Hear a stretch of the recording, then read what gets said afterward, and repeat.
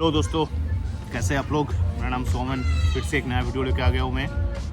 तो इस वीडियो में मैं बात करने वाला हूँ उन लोगों के लिए जो लोग कनाडा आने वाले हो एंड जिन लोगों को शायद जॉब नहीं मिल रहा है अपने स्किल सेट में। क्योंकि मैंने देखा मेरे चैनल में ऐसे बहुत सारे लोगों ने कमेंट किया कि वो लोग अभी they are planning to come to Canada, उन लोगों का वीज़ा अप्रूवल हो गया है लेकिन उन लोगों को अभी जॉब नहीं मिल रहा है and that's why they are concern कि अभी इस टाइम पे मूव करना चाहिए नहीं चाहिए because of high cost of living, recession and ऐसे वगैरह वगैरह। लोग ना जाने लोग इतना क्या कुछ बोलता है। देखिए मुझे एक्चुअली बहुत दुख होता है जब मैं देखता हूँ कि लोगों को कि कनाडा के ऊपर नेगेटिव जो लोग बोलते हैं। ऐसे बहुत सारे लोग हैं जो कनाडा में रहते हैं, 1 साल 2 साल से कनाडा में है, उसके बाद भी कनाडा के बारे में नेगेटिव बोलता है because of high cost of living but कहीं ना कहीं मुझे लगता है कि लोग शायद प्रैक्टिकल शायद उतना सोचते नहीं है, या तो जो लोग इतना नेगेटिव बोलते हैं शायद वो लोग इंडिया में शायद किसी बड़े ज़मींदार या बहुत बड़े कुछ होंगे कि वो लोग अगर ज़िंदगी भर कुछ नहीं भी करेगा तब भी दे आर सिक्योर्ड। देखिए ऐसा कोई बोल नहीं सकता, ठीक है, इंडिया में लोग सिक्योर्ड है ही नहीं है। मैं अभी रिसेंटली इंडिया गया था एक मेडिकल इमरजेंसी की वजह से। मैं आपको ये बात तो बोल सकता हूँ कि इंडिया में आप चाहे जितना भी अमीर हो, आपके पास चाहे जितना भी पैसा हो, एक मेडिकल इमरजेंसी आपके ख़ानदान में अगर होता है, किसी को ना हो, टचवुड किसी को ना हो, लेकिन अगर ऐसा कुछ होता है तो आप चाहे जितने भी अमीर हो, आप रातों रात फ़कीर हो सकते हो दोस्तों। ऐसे बहुत सारे एग्जांपल है, शायद आपको भी पता होगा, आप भी अपने आसपास देखिए, आपको मिल जाएगा कि मेडिकल इमरजेंसी इंडिया में अभी भी लोगों के लिए कॉमन लोगों के लिए या मास जो लोग हैं इन लोगों के लिए अभी भी medical is not that up to the mark. The health care facility India में ऑब्वियसली आपका अगर आपका कैपेसिटी है तो आप गवर्नमेंट हॉस्पिटल में तो नहीं भेजते हम लोग प्राइवेट हॉस्पिटल ही भेजते हैं अगर कैपेसिटी है तो। और प्राइवेट हॉस्पिटल में किस तरीके से बिजनेस होता है, जो लोग एक्सपीरियंस किया है उन लोगों को पता है। मैंने अभी रिसेंट मैंने एक्सपीरियंस किया तो मुझे पता है। मुझे ऐसा लग रहा था कि अगर ये कनाडा में होता, ऑन द फ्लिप साइड मैंने देखा कनाडा में ऐसे बहुत सारे इमरजेंसी केस मैंने देखा। अगर कनाडा में होता तो आपको पैसा तो खर्चा दूर की बात है, आपको ऐसा लगता है कि आपको कोई केयर कर रहा है। आपको ऐसा लगता है कि जो गोरे लोग हैं या जो यहाँ का जो हेल्थ केयर सिस्टम है, ये लोग they are more concern than your relatives. अगर आपको यहाँ पे कुछ होता है, यहाँ का सिस्टम ऐसा है। लेकिन बैक इन इंडिया वहाँ पे सिस्टम ऐसा है कि वहाँ पे only your relatives are concern about you, but जो भी हेल्थ केयर फैसिलिटीज़ है दे आर उन लोगों को बस मौका चाहिए कि आपके पॉकेट से जितना पैसा हो सके निकलने के लिए। Unfortunately this is true. जो लोग एक्सपीरियंस करते हैं उन लोगों को पता है। शायद मेरे देश में भी होगा, आज से 10 साल के बाद शायद ये भी इम्प्रूव होगा। क्योंकि मुझे लगता है कि जो कॉमन पब्लिक है, जो मास लोग हैं, हर कोई बेटर हेल्थ केयर हर कोई डिजर्व करता है। उसके लिए आपके पास पैसा हो ना हो दैट इज़ सेकेंडरी। आज के दिन में 21st सेंचुरी में खड़े हो गए, आज टेक्नोलॉजी इतना इम्प्रूव हो गया, मेडिकल साइंस इतना इम्प्रूव हो गया, उसके बाद भी अगर मेडिकल पाने के लिए, हेल्थ केयर फैसिलिटीज़ को पाने के लिए अगर आपको स्ट्रगल करना होता है देन दैट्स अनफॉर्चुनेट। एनीवे, तो जो मैं बोल रहा था कि एक्चुअली इंडिया का जो एक्सपीरियंस है वो मैं किसी और वीडियो में बोलूँगा। ऐसे बहुत कुछ देख के आया मैं। तो कनाडा के ऊपर जो लोग नेगेटिव बोलते हैं, मुझे लगता है कि शायद ये लोग या तो प्रैक्टिकल नहीं है या तो इन लोगों को शायद वो एक्सपीरियंस नहीं हुआ है। दैट्स वाई दे ब्लेम अगर इंडिया में अगर आप हो, आपके बच्चे के पीछे आपका कितना खर्चा होता है। आपके बच्चे को अगर आप गवर्नमेंट स्कूल में आज के दिन में कितने लोग भेजते हैं। अगर आपका कैपेसिटी है आप प्राइवेट स्कूल में भेजते हो तो private school is also business. मतलब पैसा निकलने का मौका चाहिए इन लोगों को कि कैसे आपके पॉकेट से पैसा निकला जाएगा। एनीवे, सो ये सब देखते हुए आपको डिसीजन लेना चाहिए, लोगों के नेगेटिव बातों में नहीं आना चाहिए। यहाँ पे कॉस्ट ऑफ लिविंग हाई है। मैं तो थक गया सुनते। मैं हूँ कनाडा में, मैं भी भाई बहुत अमीर नहीं हूँ। मैं भी बहुत बड़े गूगल या माइक्रोसॉफ्ट में मैं काम नहीं करता हूँ। बहुत एक मीडियोकर कंपनी में मैं काम करता हूँ। मीडियोकर सैलरी मुझे मिलता है, लेकिन एक अच्छा लाइफ में लीड करता हूँ, ठीक है, एक अच्छा सिक्योर लाइफ में लीड करता हूँ। और ये कि गवर्नमेंट जो है वो काफ़ी सपोर्टिव है। एनीवे, तो अगर आपको जॉब नहीं मिल रहा है आपके स्किल सेट के ऊपर एंड अगर आप आना चाहते हो कनाडा, मैं आपको बोलूँगा आप इतना सोचो मत, आप आ जाओ। मैं इसके पहले भी मेरे वीडियोस में मैं बोला हूँ कि जब आप कनाडा आ रहे हो और लाइक यू नो अगर आपके पास मान लो कि आपका जो जॉब है आपको जॉब छोड़ के आना पड़ रहा है, मिनिमम एक बैकअप लेके आइए 5 से 6 महीने का। देखिए मैं बहुत ही प्रैक्टिकल बातें करूँगा, मैं अपने एक्सपीरियंस से मैं आपको बोलूँगा, ठीक है। मेरे साथ जब ऐसा हो रहा था, क्योंकि मेरे साथ भी हुआ था, मैं जिस कंपनी में काम करता हूँ वो कंपनी उस कंपनी से जब मैं कनाडा आने के बारे में बातें जब मैंने स्टार्ट किया था कि मुझे कनाडा जाना है, मेरे पास PR है, तब बहुत डिले हो रहा था, ठीक है। कुछ ना कुछ रीज़न से वो डिले हो रहा था और बहुत ही डिले हो रहा था। मतलब एक बार तो मेरे साथ ऐसा हुआ कि मुझे बोला गया कि तुम इस तारीख को ट्रैवल करोगे, इस डेट को तुम ट्रैवल करोगे। उसके 15 दिन पहले मुझे पता चला, 15 दिन नहीं 10 दिन पहले मुझे पता चला कि I am not travelling because of budget issue, because of other things, right. जो भी है whatever the thing is, and that is also from their side, they are also true, क्योंकि हो ही सकता है ऐसा प्रॉब्लम होता है कभी ना कभी, हर किसी के साथ होता है। तो मेरे साथ भी हुआ था, राइट। तो at one point of time मैंने डिसाइड कर लिया था कि बॉस मैं रिज़ाइन करूँगा। इनफैक्ट आई रिज़ाइन ऑल्सो, मैं रिज़ाइन भी कर दिया था कनाडा आने के लिए, क्योंकि मेरा था कि मैं रिज़ाइन करके आ जाऊँगा। आने के बाद अगर यहाँ पे जॉब नहीं भी मिलता है देन मैंने पूरा कैलकुलेशन कर लिया था कि मेरा क्या खर्चा है। और देखिए मैं जब आने वाला था, मैं अपने 2 बच्चों के साथ आने वाला था, मतलब मैं अपने फैमिली के साथ आने वाला था, मैं अपने वाइफ एंड 2 बच्चों के साथ में आने वाला था एंड 6 महीने का बैकअप लेके मैं आने वाला था। तो 6 महीने का बैकअप आप ऐसे करो कि अगर आप सिंगल हो तब तो आपको कोई प्रॉब्लम ही नहीं है, आपको सोचना ही नहीं चाहिए, क्योंकि अगर आप सिंगल हो आपका खर्चा बहुत ही मिनिमल है। यहाँ पे आप शेयर्ड एकोमोडेशन किसी भी सिटी में रहो आपको 600 से 700 के अंदर आपको मिल जाएगा। ढूंढना पड़ेगा, पहले से आप ढूंढ लो, कहीं ना कहीं आपको मिल जाएगा। और यहाँ पे आपको हमेशा डाउनटाउन में ही रहना पड़ेगा, आपको हमेशा प्रॉपर लोकेशन में ही रहना पड़ेगा। ये जो माइंडसेट है इसको निकल दीजिए, ठीक है। यहाँ का आप यहाँ पे अगर सिंगल हो किसी भी जगह पे आप रहो, like no this is a developed country, तो the every part of this country is developed, right. तो डजेंट मैटर आप डाउनटाउन में हो, सेंट्रल में हो, दूर में हो, सबब्स में हो, डजेंट मैटर, आप जहाँ पर भी हो आप अच्छे से रह सकते हो। तो अगर आप सिंगल भी हो तो आपको बिल्कुल सोचने की ज़रूरत नहीं है। $700 $800 मैक्सिमम आपका रेंट आएगा शेयर में ऑब्वियसली, एंड आपका जो भी ग्रोसरी खाने का जो भी खर्चा है वो मान लो $400 $500 $600 तो मंथली आपका $2000 से ज़्यादा आपका खर्चा नहीं होगा, आप नहीं कर पाओगे $2000 से ज़्यादा खर्चा। और अगर आप फैमिली लेके आते हो ऑन द अदर साइड, तो अगर आप हस्बैंड वाइफ हो तो आप स्टूडियो अपार्टमेंट से स्टार्ट कर सकते हो। आपको पहले ही 1 बेडरूम 2 बेडरूम लेने की ज़रूरत नहीं है। स्टूडियो अपार्टमेंट काफ़ी बहुत ही चीप होता है यहाँ पे, $1500 में मिल जाएगा आपको, $1400-1500 में। मैं आपको एवरेज दे रहा हूँ, मैं आपको 1300 में भी मिल सकता है, थोड़ा सा अगर आप दूर रहोगे तो। मैं हैलीफैक्स की बात कर रहा हूँ, इनफैक्ट मैं GTA एरिया की भी बात कर रहा हूँ, राइट। से आप स्टार्ट कीजिए, अगर आप हस्बैंड वाइफ कपल हो तो $1300-1400 में आपका हो जाएगा। और अगर आपके साथ बच्चे हैं, अगर आपको एक बेडरूम या 2 बेडरूम चाहिए तो आप 1700 से 1800 मान के चलो। मैं GTA में हूँ, मैं 1800 पे करता हूँ। मैं हैलीफैक्स में जब था, लोअर सैकविल में जब था, मैं $1400 के आसपास में पे करता था। मेरे दोस्त अभी मूव किया, उसने वो $1700 पे कर रहा है। तो ऑन एन एवरेज अगेन देखिए, अगर आप डाउनटाउन में रहोगे या अगर आप बहुत ही प्रॉपर लोकेशन में रहोगे तो ऑब्वियसली आपको ज़्यादा पे करना पड़ेगा, राइट। और उसके बाद आप कंप्लेन मत कीजिए कि नहीं मिल रहा है, नहीं मिला था, कंप्लेन मत कीजिए। अगर आप 2400 से रह रहे हो, 2500 से रह रहे हो तो डोंट कंप्लेन। आप शायद आपका सर्कमस्टेंसेस नहीं था, एग्री, जस्ट एक्सेप्ट इट। आपका सर्कमस्टेंसेस शायद नहीं था, आप मजबूरी में आके शायद आपको लेना पड़ा, या आपको ज़्यादा ढूंढने का मौका नहीं मिला, या आपको ज़्यादा रिसर्च करने का टाइम नहीं मिला। That's okay, just accept it. एक साल रहिए, उसके बाद आप मूव कर जाइए, किसी चीपर प्लेस पर आप मूव कर जाइए। ये तो आप कर ही सकते हो, राइट। लेकिन बट डोंट कॉम्प्लेन, क्योंकि अगर हैलीफैक्स से मैं हैमिल्टन मूव किया, अगर मुझे $1800 में मिल सकता है तो आपको भी मिल सकता है। और हैलीफैक्स में भी मुझे $1700 में, $1600 में भी अभी रिसेंटली मैं आपको बोल रहा हूँ किल्लम प्रॉपर्टी में मेरा अच्छा खासा मुझे मिला था।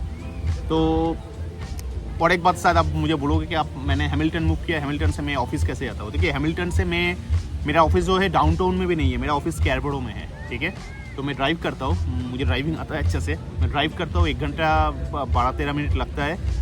और मेरा जो खर्चा होता है, कल मैं गया था ऑफिस, मेरा जो खर्चा हुआ है दैट इज़ अराउंड 200 किलोमीटर्स मैंने ड्राइव किया। और मेरा जो गाड़ी का माइलेज है मान लो आप 10, गैस का प्राइस है 16, तो दैट्स मीन ऑल सब कुछ मिला के मेरा जो खर्चा हुआ $30 से $32 मेरा खर्चा हुआ। मैं अपने टाइम से गया, अपने टाइम से आया। हाइब्रिड काम है, मेरा कोई प्रॉब्लम नहीं हुआ, ठीक है। और अगर यही मैं बाई गो ट्रेन अगर मैं जाता, यहाँ पे गो ट्रेन है, तो मेरा $22 $23 में शायद हो जाता, लेकिन that is not much convenient, obviously 2 घंटा लगता, और खुद के कार से जाऊँगा तो 1 घंटा लगेगा, तो that is more convenient to me, right. तो मैंने सब कुछ कैलकुलेट करके लिया, तो अगर मैं ले सकता हूँ आप भी ले सकते हो। लेकिन यही अगर मैं डाउनटाउन में ढूंढता या टोरंटो में किसी लाइक नो स्कैरबरो में अगर मैं ढूंढता, स्कैरबरो में भी 2 बेडरूम आज के दिन में 2200-2300 के नीचे नहीं है। तो स्कैरबरो में मेरा ऑफिस है और मेरा कंफर्ट के लिए मुझे स्कैरबरो ही अगर रहना पड़ता तो मुझे $2300 $24 मुझे पे करना पड़ता। लेकिन देखा मैंने कि मुझे ग्रीनरीज चाहिए, मुझे अच्छा लोकेशन चाहिए जहाँ पे बच्चों का स्कूल भी अच्छा है, ट्रैफिक भी कंपेरेटिवली कम हो, तो इसलिए मैंने हैमिल्टन को चुना। तो अगर मैं कर सकता हूँ आप भी कर सकते हो। मेरा कहने का मतलब यही है, रिसर्च करना बहुत ज़रूरी है, आप रिसर्च करो। तो नहीं, तो बैक टू द पॉइंट, कि अगर आपको जॉब नहीं मिल रहा तो ये 6 महीने का बैकअप लेके आइए, तो $1700-1800 आपका मंथली रेंट होगा अगर आप बच्चे के साथ आ रहे हो, एक 2 बेडरूम अगर आप लोगे। और मंथली जो ग्रॉसरी है दैट इज़ अगेन, देखिए ग्रॉसरी आपके ऊपर डिपेंड करेगा, राइट, आप कैसे मैनेज करोगे। तो ऑब्वियसली पहले आपके पास अगर जॉब नहीं होगा तो आप बहुत लग्जरी तो आप लीड नहीं करोगे, आप एक मॉडरेट लाइफ ही लीड करोगे। तो तब भी आपका जो ग्रॉसरी है, आपका ग्रॉसरी मेरे हिसाब से $700-800 से ज़्यादा नहीं होना चाहिए दोस्तों। पर वीक अगर $200 का अगर आप ग्रॉसरी करते हो, मोर देन सफिशिएंट आपके लिए। मेरा ऐसे ही होता है, मैं जब ग्रॉसरी करने जाता हूँ 200 के अंदर मेरा हो जाता है। मैं ऐसा नहीं, मैं खाता पीता नहीं हूँ, ऐसा नहीं है, ठीक है।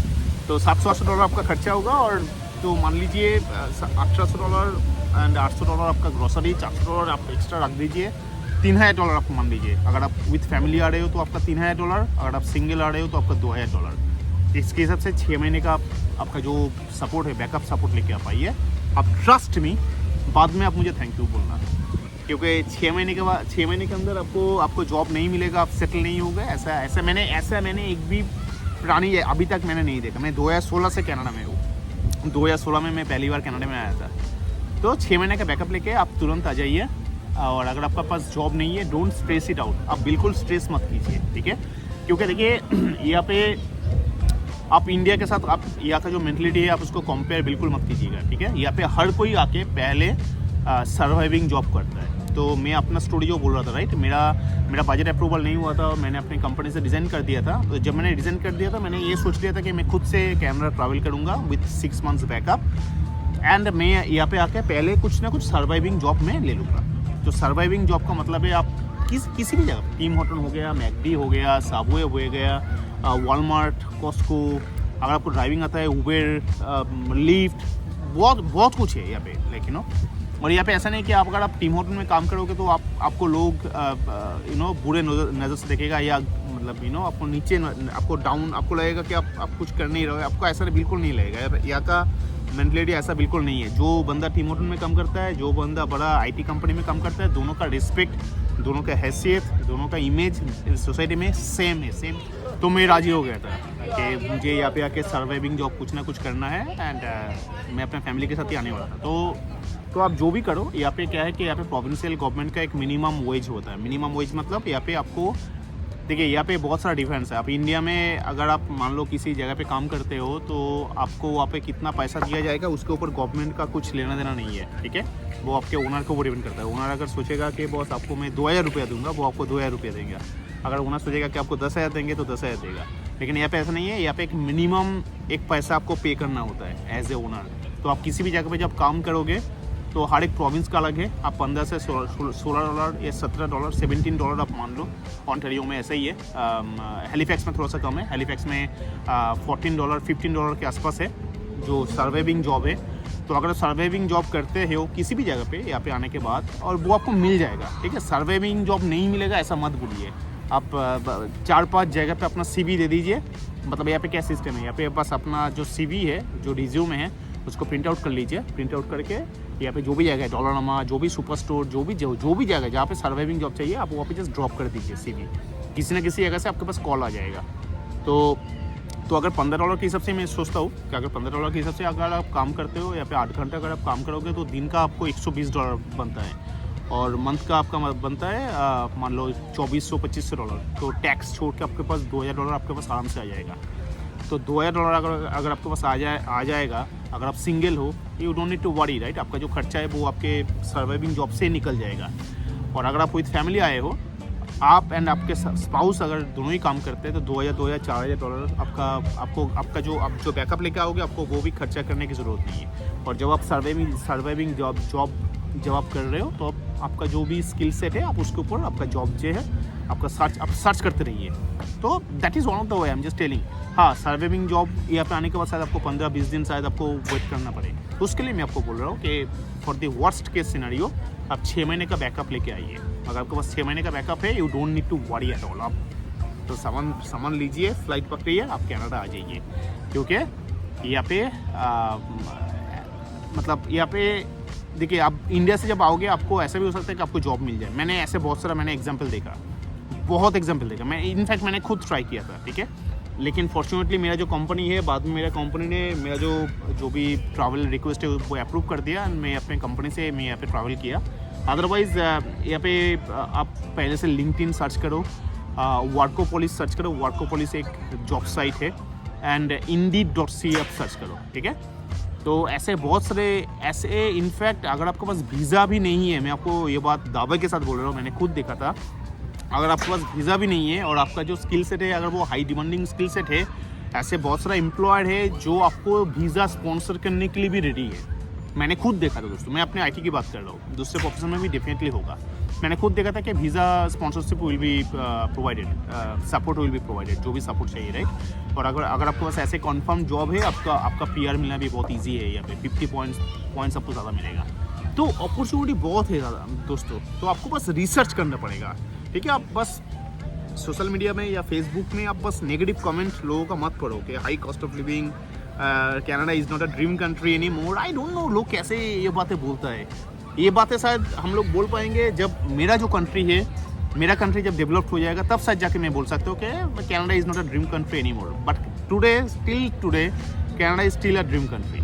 यहाँ पे आप अगर रहते हो, पॉल्यूशन फ्री, कोई यू आर सिक्योर्ड, सब कुछ है यहाँ पे। क्या नहीं है यहाँ पे। कॉस्ट ऑफ लिविंग इंडिया में भी आजकल बहुत है, ज़्यादा है। तो आप बस एक ही चीज़ को मत देखो, आप सब कुछ देखो, राइट। जब आप देख रहे हो आप सब कुछ देखो। आप जब कंपेयर कर रहे हो सब कुछ कंपेयर करो, बस एक ही चीज़ को कंपैरिजन मत करो।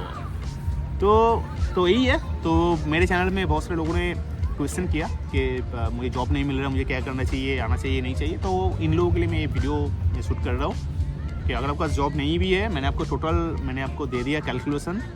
आप 6 महीने का बैकअप लेके आ जाइए। एंड एनीवे अगर आप कनाडा आ रहे हो थोड़ा सा पैसा तो आप लेके आओगे ही, राइट। तो लेकिन 6 महीने का बैकअप लेके आने का मतलब ये नहीं है कि आपका 6 महीने का पूरा बैकअप ही आप एग्जॉस्ट करोगे।